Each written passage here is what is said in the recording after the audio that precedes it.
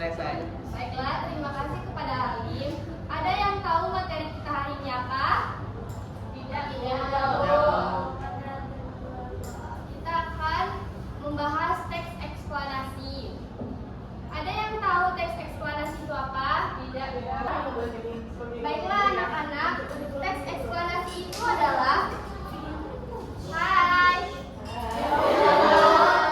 Baiklah, teks eksplanasi adalah teks yang berisi bagaimana tentang suatu proses fenomena atau kejadian alam, sosial, budaya, ilmu pengetahuan, dan lainnya dapat terjadi. Teks ini menjelaskan hubungan logis dari beberapa peristiwa yang saling berkaitan. Sampai situ paham? Paham.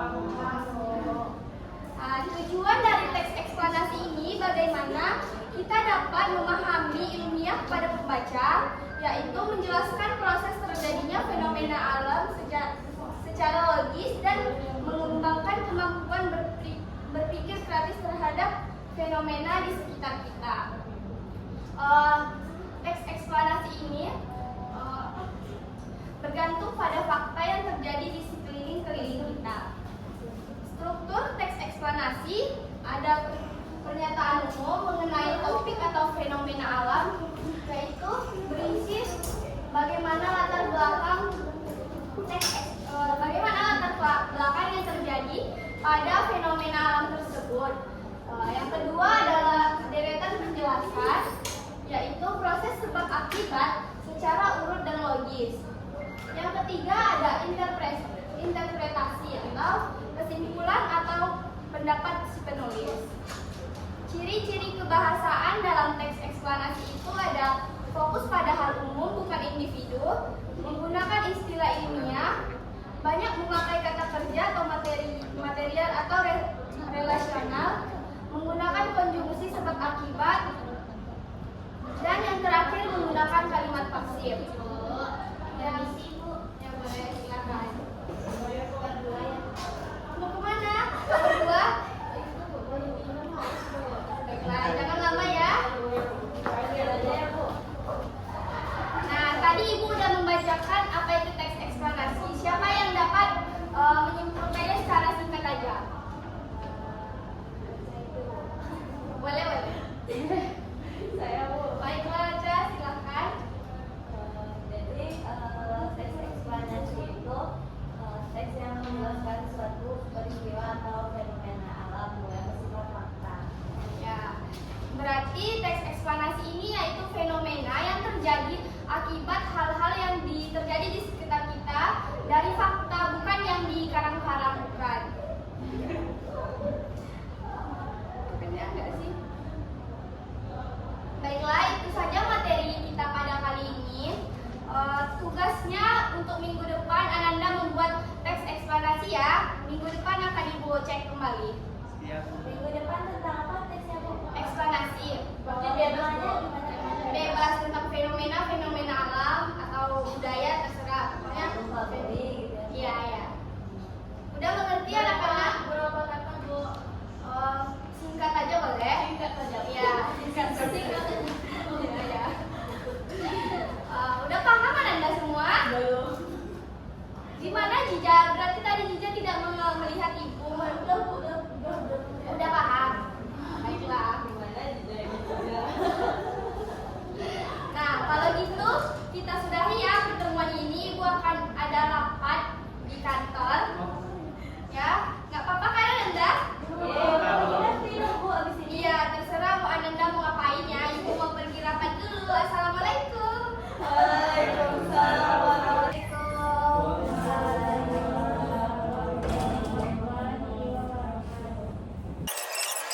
Jadi kita harus fokus karena bentar lagi akan istirahat kok. Ada yang tahu pembelajaran kita hari ini? Ada. Apa itu? Tanggapan. Dari anak-anak semua ada yang tahu teks tanggapan itu apa? Ya, boleh. Tanggapan berisi penilaian, pendapat atau reaksi seseorang terhadap suatu hal. Misalnya seperti karya seni, peristiwa sosial atau fenomena di lingkungan sekitar kita.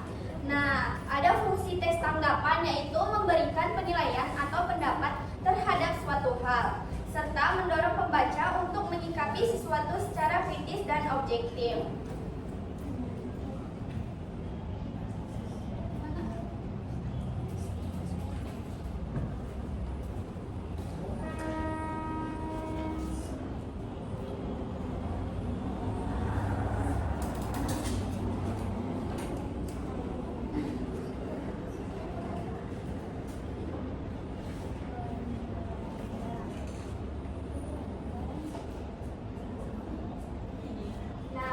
Tanggapan ini kita tidak hanya mengkritik suatu seseorang tanpa hal yang pasti ya. Kita nggak boleh mengkritik dia tergantung dengan pendapat pribadi tanpa alasan.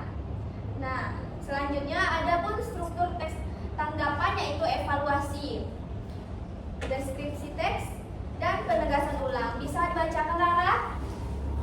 Baik Bu, struktur teks tanggapan yang pertama evaluasi, yaitu pernyataan umum tentang hal yang ditanggapi. Yang kedua, deskripsi teks, yaitu uraian detail tentang bagian yang ditanggapi. Dan yang ketiga ada penegasan ulang, yaitu simpulan atau penegasan pendapat penulis. Baiklah, terima kasih Rara. Ibu jelaskan kembali ya struktur pada teks tanggapan. Yang pertama ada evaluasi. Evaluasi yaitu bagian pembuka yang menyebutkan hal atau isu yang akan kita tanggapi. Misalnya nih, film Laskar Pelangi. Nah, evaluasinya berupa film Laskar Pelangi merupakan salah satu film Indonesia yang menginspirasi. Yang kedua ada deskripsi teks yang berisi ulasan data atau bukti pendukung tanggapan. Contoh kalimatnya, film ini menampilkan semangat juang anak-anak Belitung dalam mengajar pendidikan dengan sinematografi yang sederhana namun menyentuh. Yang terakhir ada penegasan ulang. Penegasan ulang ini bagian penutup yang mempertegas tanggapan atau pandangan penulis. Contohnya, secara keseluruhan film ini layak ditonton karena mengandung banyak nilai moral. Baiklah, kita akan mengamati contoh teks tanggapan di depan. Kepada Bunga bisa dibaca, Bunga. Contoh teks tanggapan, sampah plastik di sungai semakin hari makin mengkhawatirkan. Banyak warga yang tidak peduli membuang sampah sembarangan. Padahal kebersihan sungai sangat penting untuk kelestarian lingkungan. Pemerintah sudah menyediakan bank sampah di beberapa titik, tapi kesadaran masyarakat masih kurang. Kita semua seharusnya ikut menjaga kebersihan sungai demi kesehatan dan keindahan lingkungan. Baiklah, terima kasih ya Bunga. Dari teks yang di atas, ada yang bisa menyimpulkan itu mengenai apa?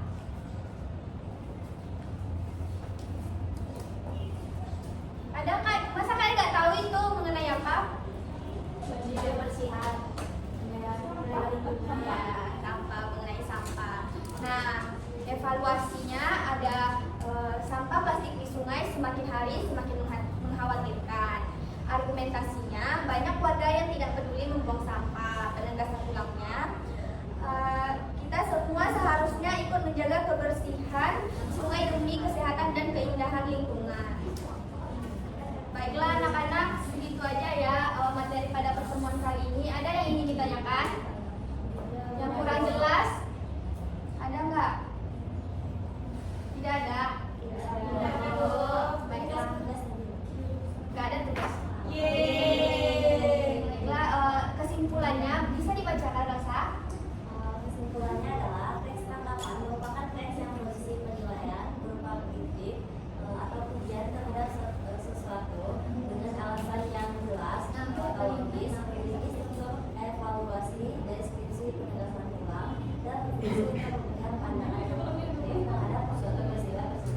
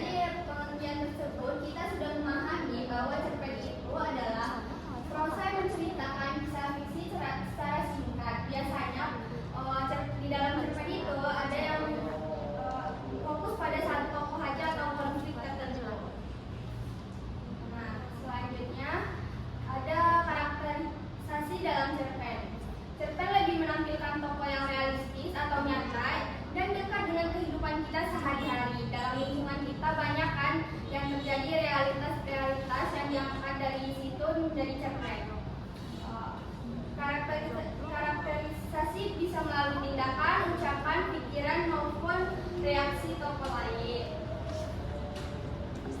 Jenis-jenis karakterisasi bisa dibaca hari ini. Silakan. Yang pertama itu disampaikan secara tidak langsung atau disampaikan secara tidak langsung kepada tokoh juga berada di dalam dialog. Yang beda itu disampaikan secara langsung, pengarang menjelaskan sifat tokoh secara gamblang. Baiklah, terima kasih Harimil. Jadi jenis-jenis karakterisasi disampaikan secara tidak langsung. Maksudnya jadi tidak menceritakan langsung secara sifat tokoh yang ditunjukkan melalui tindakan atau dialog, tapi dia membuatnya menjadi cerita yang lebih menarik. Disampaikan secara langsung, pengarang menjelaskan sifat tokoh secara gamblang. Baiklah, selanjutnya unsur pembangun dalam cerpen. Yang pertama ada tema dan amanat. Jadi dalam cerpen kita harus menentukan tema apa yang kita angkat dalam cerita tersebut. Yang pertama tema ya, yang kedua amanat. Yang ketiga ada tokoh dan penokohannya, alur cerita, latar belakang cerita, sudut pandang dan amanat. Berarti yang pertama itu tema ya, murid-murid. Selanjutnya adalah struktur teks cerpen. Yang pertama ada abstrak. Siapa yang tahu abstrak itu apa? Ya, bagian awal cerita dan gambaran singkatnya cerita. Yang kedua orientasi atau pengenalan tokoh, latar tempat, waktu dan suasana. Yang ketiga komplikasi. Konflik atau masalah mulai muncul dalam cerita. Komplikasi ini adalah kayak gini ya, ceritanya awal-awal masalahnya. Klimaks adalah puncak konfliknya. Resolusi adalah penyelesaian konflik yang diambil dalam tokoh utama. Yang keenam ada koda atau pesan moral. Kan kita sering membaca cerpen, di akhirnya pasti ada pesan moralnya. Langkah-langkah menyusun teks cerpen. Ada yang rasa bisa dibacakan?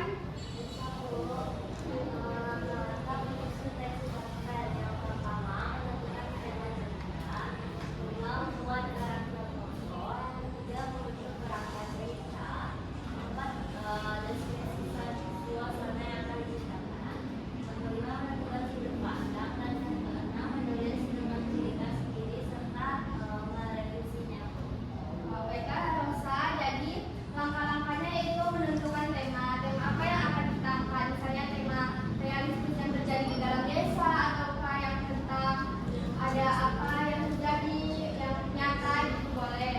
Yang kedua membuat karakter, bagaimana karakter yang membangun cerpen tersebut. Yang ketiga ada kerangka cerita. Kerangka cerita itu yang membuat kita terus ingin membaca cerpen tersebut. Yang keempat ada deskripsi suasana yang akan diciptakan. Bagaimana suasana dalam cerpen itu, apakah sedih, apakah senang di akhir. Yang kelima menentukan sudut pandang. Yang keenam menulis dengan ciri khas sendiri. Kita dalam menulis cerpen bisa ya menunjukkan ciri khas sendiri. Misalnya pada penulis, dia itu biasanya menuliskan cerpennya tergantung dengan realita yang terjadi di lingkungan sendiri, di lingkungan dia sendiri. Yang ketujuh ada revisi. Baiklah, tugasnya pada murid-murid anak-anak sekalian, kita akan mencari cerpen terbitan Kompas di situs Ruang Sastra. Udah pernah dengar? Pernah